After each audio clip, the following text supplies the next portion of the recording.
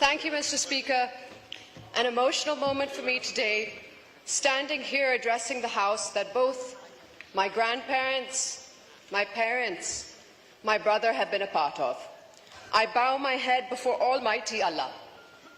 मैं अल्लाह ताला की बेहद शुक्रगुजार हूँ.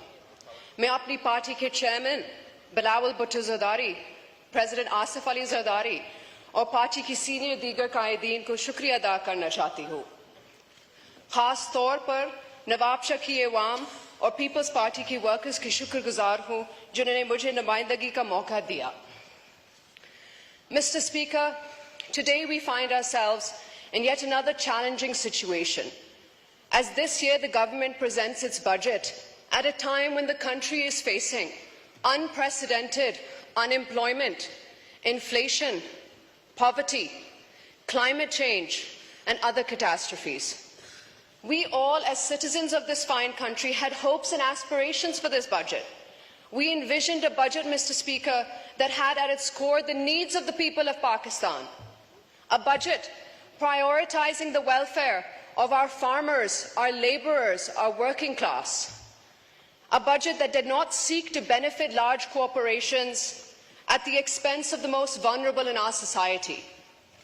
A budget which provided relief and redirected subsidies to the poor, to the farmers, to the labourers, to the working class. A budget that did not wish to make the rich richer and the poor poorer. A budget which sought to lessen the gap of wealth inequality. I ask you, Mr. Speaker, the budget is sitting before you. Do you think that these objectives have been raised in this budget? Do you think this is the budget that the people of Pakistan deserve? The people of Pakistan deserve better, Mr. Speaker, and we must work together to do better for our citizens. In his recent address to Parliament, the Honourable President of Pakistan spoke on unity, and absolutely that is the need of the hour. At a time when divisive politics threatens to harm our nation, at a time when people are polarised in their ideals, beliefs and in actions, when differences are weaponised and disagreements settled with violence, it is imperative that we as elected members of this House rise above. Words like tolerance, acceptance must not be limited to speeches alone. We must practice what we attempt to preach, Mr. Speaker, and together we must reject these divisive politics. We must instead come together for the people and base our policies on their needs.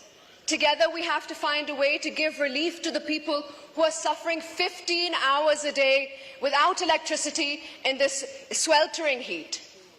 गर्मी की शिद्दत में 15 से 20 घंटे के load shedding अजाब है, Mr. Speaker.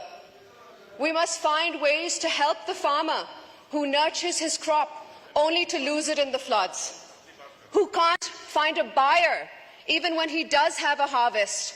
हमें किसान को मजबूत करना होगा, Mr. Speaker. हमें उस किसान को सहारा देना होगा जिससे कभी सैलाब का सामना है, कभी तूफान का और कभी गंदम इंपोर्ट करने गलत फैसले का.